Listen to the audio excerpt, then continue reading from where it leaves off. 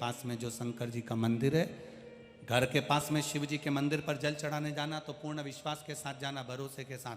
पार्वती जी शिव जी से कहती हैं कि इस बूढ़िया ये जो झाड़ू लगा रही है, पोछा लगा रही है, ये बूढ़ी, शंकर भगवान कहते हैं इसका पूरा बचपन निकल गया झाड़ू लगाते लगाते। ये झाड़ू भी वहां लगाती है जहां शिखर की छांव पड़ती है, वहां झाड़ू लगाने जाती है। तो एक काम करो ना प्रभु, इसको धनवान क्यों नहीं बना देते?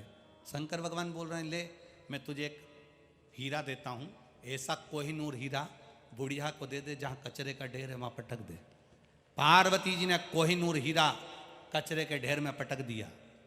बुढ़िया ने झाड़ू लगाई, कोहिनूर हीरा मिला, बुढ़िया ने अपने पल्लू में उस हीरे को बांध लिया। हीरे को पल्लू में बांध, हीरा ले गई, घर पहुंची, कोहिनूर हीरे को देखा।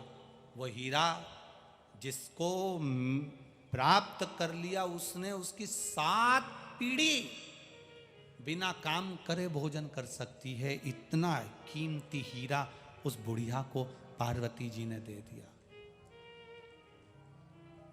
अब पार्वती जी बोली, बस बुढ़िया को हीरा मिल गया, पैसा मिल गया, 7 पीढ़ी उसकी बैठकर खा सकती है, इतना कीमती हीरा बुढ़िया को मिला है। अब ये झाड़ू नहीं लगाई। दूसरे दिन फिर पार्वती जी शंकर जी के साथ घूमने गई तो फिर वो झाड़ू लगाती मिल गई। फिर वापिस झाड़ू लगा रही है। पार्वती जी ने शिव जी से कहा, इसको इतना कीमती हीरा मिला, इतना पैसा मिल गया, इसको इतना कीमती हीरा मिल गया, अब काहे को झाड़ू लगा रही है ये? पार्वती जी से शंकर भगवान बोले, तू खुद जाके पूछ ले।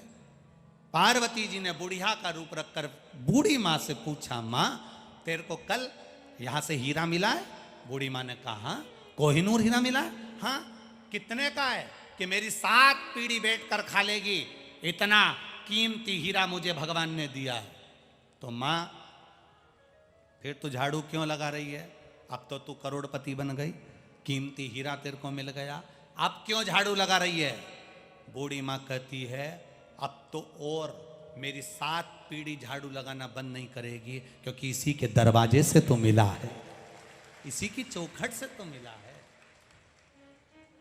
जिसने तुमको औलाद दे दी, जिसने तुम्हें कैंसर से बचा लिया, जिसने तुमको किडनी लीवर से बचा लिया, जिसने तुमको ठोकरों से बचा लिया, जिसने तुमको खड्डे में पड़े थे, कर्जे में पड़े थे, उसमें से उबार दिया। यहाँ जितने लोग कथा सुनने बैठे हैं, इतने लोगों को मेरे भोलेनाथ ने कुछ ना कुछ जरूर दिया है, मेरा विश्वास कहता। उसने दिया है इसलिए तुम कथा में पहुंचे हो, नहीं तो पहुंचते भी नहीं। उसने दिया, किसी को धन दिया, किसी को पुत्र दिया, किसी को संतान दी, किसी को रोग से मुक्ति दी, और किसी को दिल में विश्वास दिया, भरोसा दिया, दृढ़ता दी। उसने दिया तो तुम कथा तक पहुंचे हो।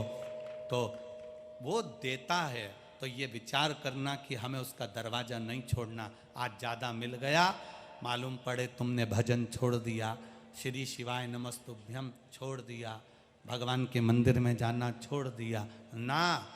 जिसके दरवाजे से मिला है उसका द्वार मत छोड़ो, बन सके उसके द्वार जाते रहो, जाओ उसकी चौखट पर। कई लोग कुबेरेश्वर धाम आते हैं और आकर कहते हैं, गुरुजी हमने तो नियम बना लिया, महीने में 1 बार आ जाते हैं, कोई कहता है साल में 1-2 बार आ जाते हैं, कोई कहता है 6 महीने में पहुंच जाते हैं। हमने कहा ऐसा नियम उसने दिया है, वो कुबेर भंडारी ने हमारा भंडार भरा है, तो हम भी उसकी चौखट पर आकर प्रणाम कर कर चले जाते हैं। और क्या चाहिए? वो गजानन बाबा, वो श्री स्वामी समर्थ, वो हरि विठल दे रहा है, तो उसकी चौखट पर जाने में क्यों देरी कर, क्यों देरी कर?